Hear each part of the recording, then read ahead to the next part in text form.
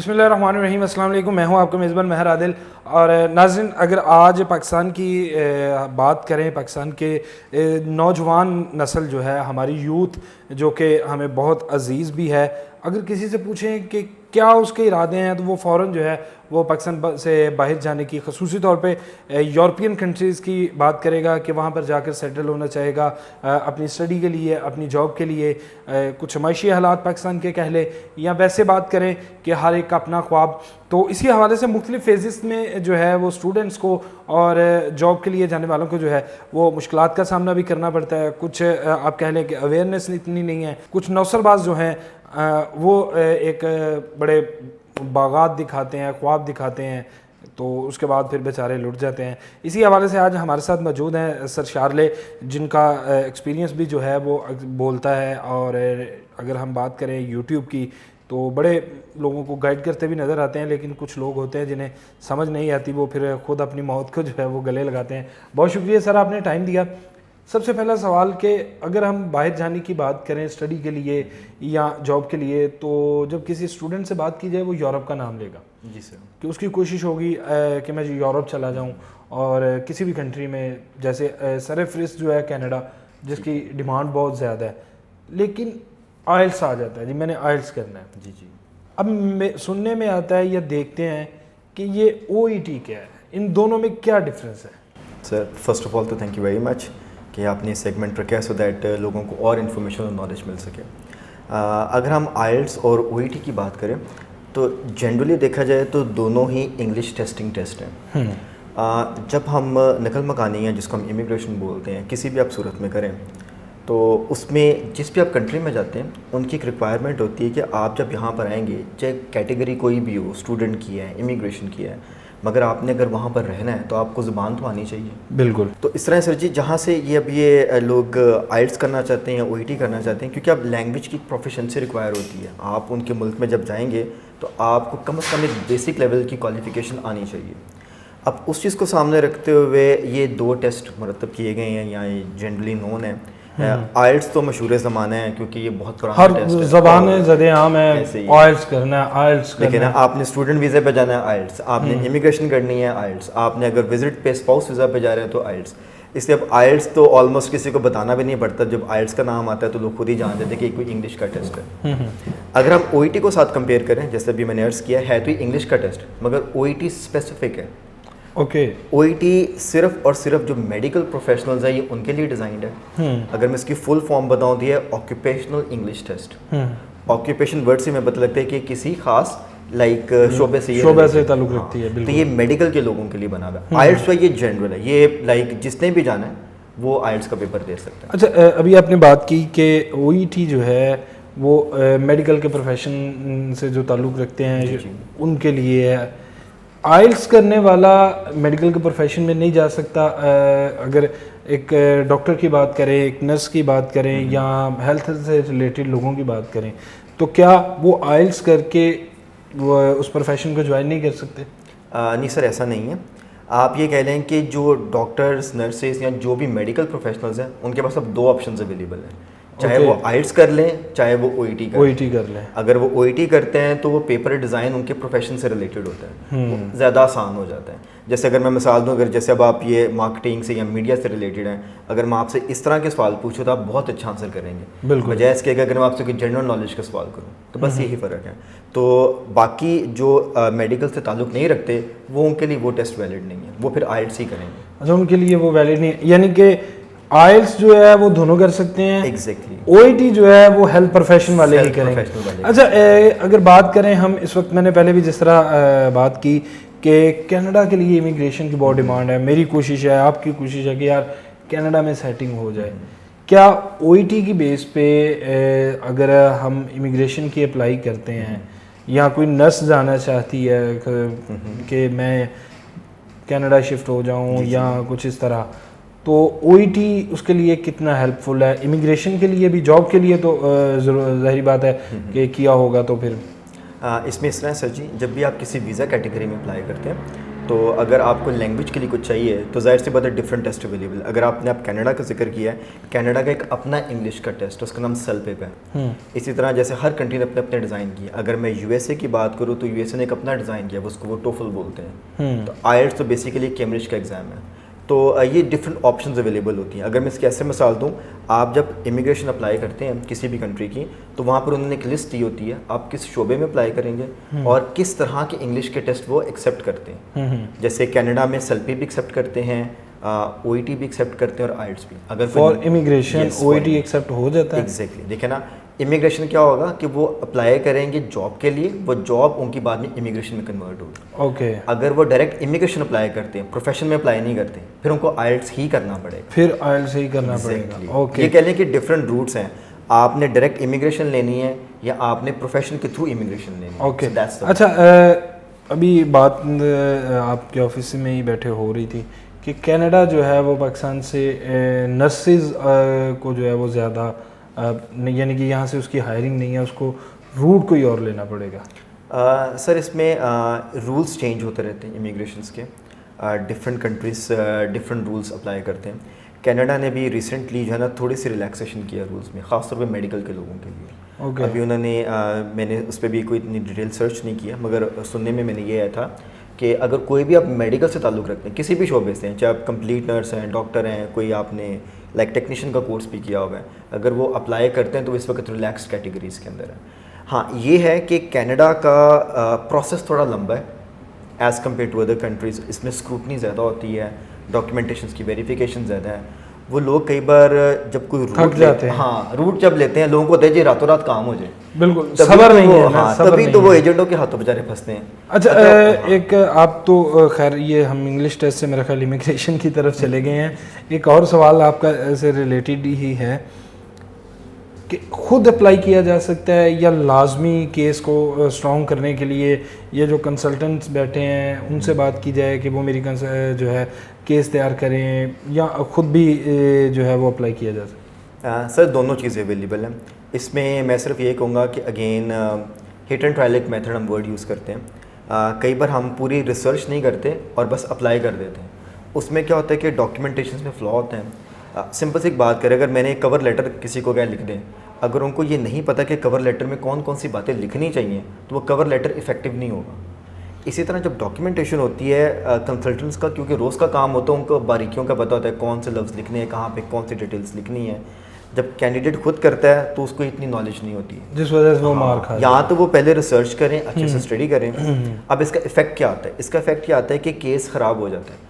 आप अप्लाई करते हैं, ऑब्जेक्शन लग के आ जाता है फाइल पे। ऑब्जेक्शन वाली फ़ाइल को फिर ठीक कराने में टाइम भी ज़्यादा लगता है और उसकी स्क्रूटनी और ज़्यादा होती है, और ज़्यादा होगी। Exactly. अच्छा सर, ये एक और बात कि फीसिस और डिफरेंस जो है ना वो बहुत ज़्यादा है। इसकी क्या रीज़न है कि आइल्स की बात करें तो 70,000 मेरा ख्याल इसकी टेस्टिंग फ़ीस है, और अगर हम ओईटी की बात करें तो वो 1 से ऊपर चली जाती है तकरीबन। इसके सवाल इसकी क्या इसमें है दोनों में? इसमें सर एज सच कोई लॉजिकल रीज़न तो नहीं है, ये तो डिपेंड करता है जिन्होंने टेस्ट डिज़ाइन किया है।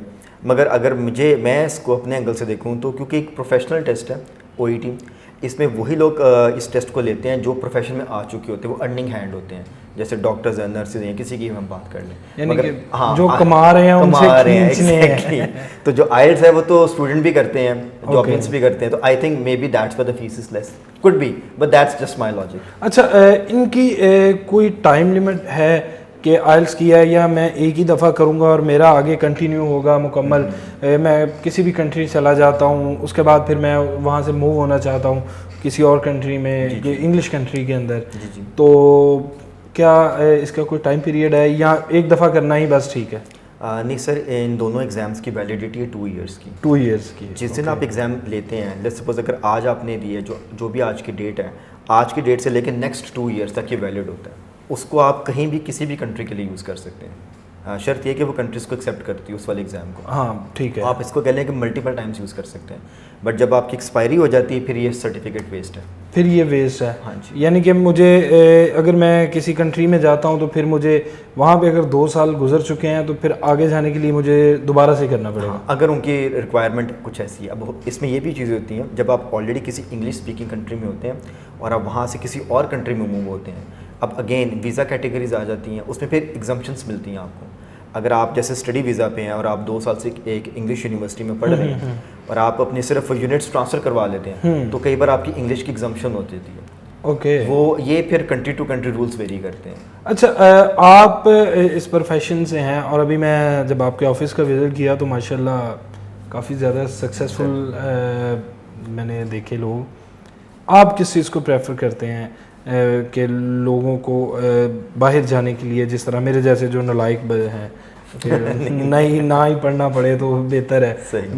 मेरी कोशिश होती है कि बस ना नंबर अच्छे आ जाए, पढ़ना चाहे पढ़े ना पढ़े वो है। तो आपके लिए जो है वो ज़्यादा क्या आप मशवरा देते हैं? सर अगर हम OET और IELTS की बात करें तो OET तो ऑब्वियसली मेडिकल प्रोफेशनल्स कर सकते हैं, वो तो एक बिल्कुल साइड पे हो गया ना कि हाँ। वो सिर्फ उन प्रोफेशंस के लिए है जो मेडिकल के शोबा से था। अगर हम सिर्फ किसी इंग्लिश टेस्ट की बात कर लें, क्योंकि ये सिर्फ IELTS नहीं और भी बहुत से टेस्ट हैं। फॉर एग्जांपल एक PT का टेस्ट है, PT का ये है और टॉल्फ है मेरा ख्याल। हाँ, TOEFL भी है, TOEFL भी है, like there are lots of test. मगर स्टूडेंट हमेशा लाइक इजी वे को ढूंढते हैं। इसमें अगेन मैंने पहले भी अर्ज़ किया था, कंट्री टू कंट्री बड़ा वेरी करता है। कुछ टेस्ट ऐसे हैं जिनकी क्रेडिबिलिटी बहुत ज़्यादा है, कुछ टेस्ट ऐसे हैं जिनकी क्रेडिबिलिटी कम है। फॉर एग्जांपल एक टेस्ट है लैंग्वेज सर्ट, एक टेस्ट है डुओलिंगो। ये भी लोग करके बाहर जा सकते हैं। अब होता क्या है कि कुछ यूनिवर्सिटीज़ सिर्फ IELTS ही एक्सेप्ट करती हैं। ओके। कुछ यूनिवर्सिटीज़ कहती हैं चले जी लैंग्वेज सर्ट कर लें, डुओलिंगो कर लें, IELTS कर लें, PT कर, ऑप्शंस होती हैं। तो ये डिपेंड करता है। अगर हम इजी की तरफ आएँ तो इसमें एक्चुअली इजी का मतलब ये है कि अगर आपको कम बैंड चाहिए तो। अच्छा, आपने नाम रखा फ्यूचर लर्निंग सेंटर और मैं देख रहा हूँ कि टेबल पे बुक्स भी पड़ी हुई हैं, कुछ हैंड जो हैं वो नोट्स हैं, ये सारे आपके अपने तैयार करदा है या ये हमने कंपाइल किए हुए हैं। अच्छा हाँ, क्योंकि जो IELTS का मटेरियल है वो रेडिली अवेलेबल है। इसकी एक्चुअली तैयारी जो है वो पास्ट पेपर से होती है। ओके। कैम्ब्रिज जो पास्ट पेपर्स रिलीज़ करता है उससे उनको हमने एक्चुअली कंपाइल किया हुआ है। ये अभी हम as per the need compile करते हैं। लाइक जो भी लेटेस्ट ट्रेंड चल रहा होता है, जो पेपर्स में क्वेश्चन आ रहे होते हैं, उसके मुताबिक फिर हम बुक्स को ये चेंज करते रहते हैं, फिक्स नहीं होता। तो वो क्योंकि एक कोचिंग सेंटर है, हमने तैयारी करवानी होती है जिसमें कम बैंड वाले स्टूडेंट, हाई बैंड वाले स्टूडेंट हैं। हमने फिर अपने हिसाब से बुक्स को कंपाइल करके मिक्स किया हुआ है ताकि दोनों चीज़ें कवर हों। अच्छा, ये मुझे एक और सवाल मैं आपसे जानना चाहूँगा जो मुझे थोड़ा सा ना तंग कर रहा है या मेरे जहन में ये चल रहा है कि हमने देखा कि ऑनलाइन क्लासेस की जो है ना वो बड़ी भरमार है। वो ऑनलाइन करें जी, फ्री IELTS करें, फ्री जो है वो OET करें और फ्री वो एक ना बूफे लगा हुआ है कि आप किसी YouTube खोलें तो पता चलेगा कि ये फ्री वाले हैं, ये 1 महीने में करवा देते हैं, ये 10 महीनों में करवा देते हैं। वो क्या चीज़ें हैं कि अगर इतना ही आसान है करना तो फिर ये इतने बड़े कोचिंग सेंटर और फीसें ये क्यों हैं? सर ये simple marketing strategies and tools हैं। हमारे पास कई ऐसे स्टूडेंट्स आते हैं और बारहा आते हैं जो कि ये फ्री क्लासेस ले चुके होते हैं और वो फिर जब आते हैं तो वो खुद आके बताते हैं कि हमने पढ़ा, हमें सही समझ नहीं आई, हमें सही फीडबैक्स नहीं मिले हैं। तो कुछ मैं ये नहीं कह रहा कि वो सब गलत पढ़ाते हैं, वो पढ़ाने के बस तरीके होते हैं, या फिर ऑब्वियसली जब आप फ्री सर्विस देते हो तो शायद उस तरह से आप स्टूडेंट को बैकअप नहीं कर सकते।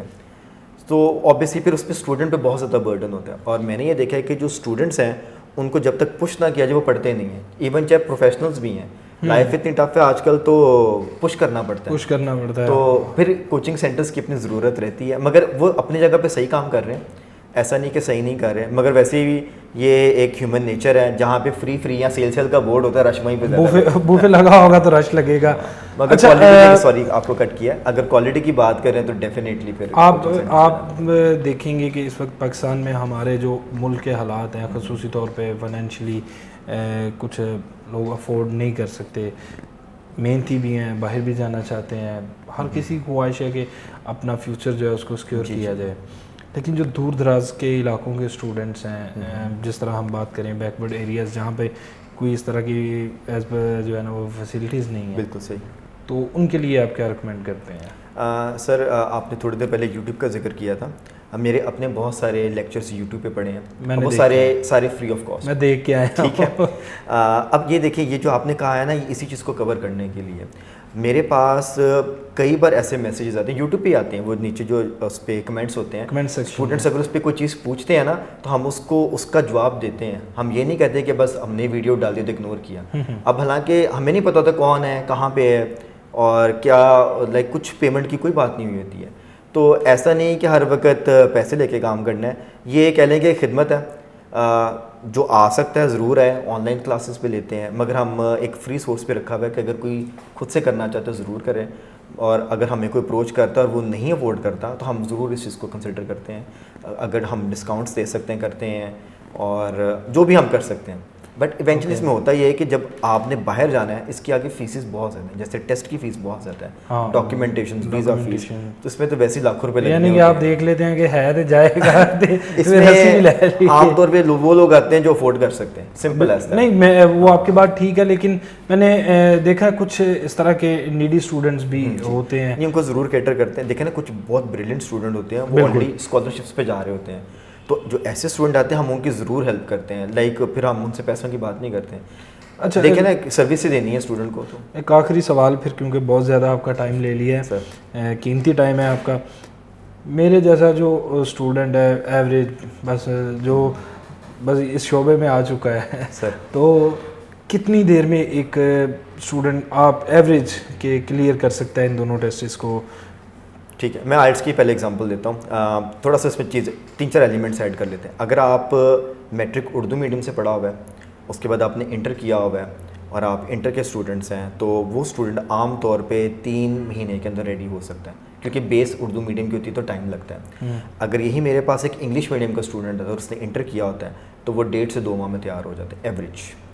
और मेरे पास ऐसे स्टूडेंट्स भी आते हैं, जैसे बहुत सारे लोग हैं जो जॉबियंस हैं, जैसे आपने अपना जिक्र किया, 10 साल हो गए फील्ड के अंदर काम कर रहे हैं, किताबों को हाथ नहीं लगाया है। हमारे पास ऐसी ही कुछ फीमेल्स आती हैं। सॉरी, मैंने 10 साल पहले भी नहीं लगाया और मैं यहाँ पे आज जो है ना मीडिया के अंदर बहुत हमारे, माफ़ कीजिएगा अगर सुनने वाले मेरे सीनियर सुन रहे हैं, बहुत पढ़े लिखे हैं, लेकिन मैंने 10 साल पहले भी नहीं लगाया। नहीं, कोई ऐसी बात नहीं। इसमें देखें, ऑन एवरेज मैं अगर बात करूँ तो 3 माह का आप टाइम रखें, प्रोवाइडेड अगर आप डेली जो हम काम दे रहे हैं वो कर रहे हैं, तो ये 90 डेज़ बनते हैं। अच्छा, जिस तरह सॉरी अभी आपका सवाल एक और आ गया आपकी बात से, कि जिस तरह हमें होमवर्क मिलता है, जी। वो स्कूल में करते थे, फिर उसको जो है वो रिपीट करना, पढ़ना, स्टडी, यानी कि आप जो है इस तरह बाकायदा करवाते हैं? हाँ जी सर, देखें ना, इसमें अगर आप सिर्फ क्लास पे डिपेंडेंट है ना, तो फिर तो टाइम 3 का 6 कर लें, डबल टाइम हो जाएगा।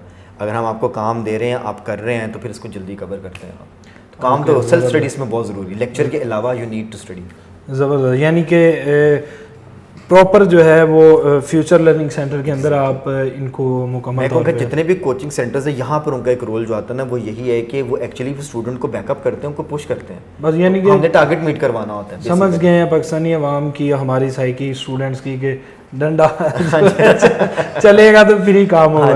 बहुत शुक्रिया सर। जी नाज़रीन, अभी बड़ी अच्छी गपशप हुई सर के साथ, और बड़ी इन्होंने जो है वो मालूमात भी दी कि किस तरह से जो है वो ज़रूरी हैं और कौन सी जो है वो बेहतर जाएगी, किस प्रोफेशन में जो है आप जाना चाहें। तो मेरा ख्याल कि काफ़ी अच्छा सेशन रहा, और उम्मीद करते हैं आपसे भी कि आप जो हैं वो बहुत जल्द सीखने वाले होंगे, सीखेंगे भी, और अपनी जो आगे की ज़िंदगी है, अपना फ्यूचर जो है उसके बारे में फ़ैसला लेने से पहले आप एक अच्छे तरीके से जो है दोनों चीज़ों को जज करने के बाद ही फिर कोई कदम उठाएंगे। इसके साथ ही मुझे दीजिए इजाज़त, अल्लाह ने के बाद।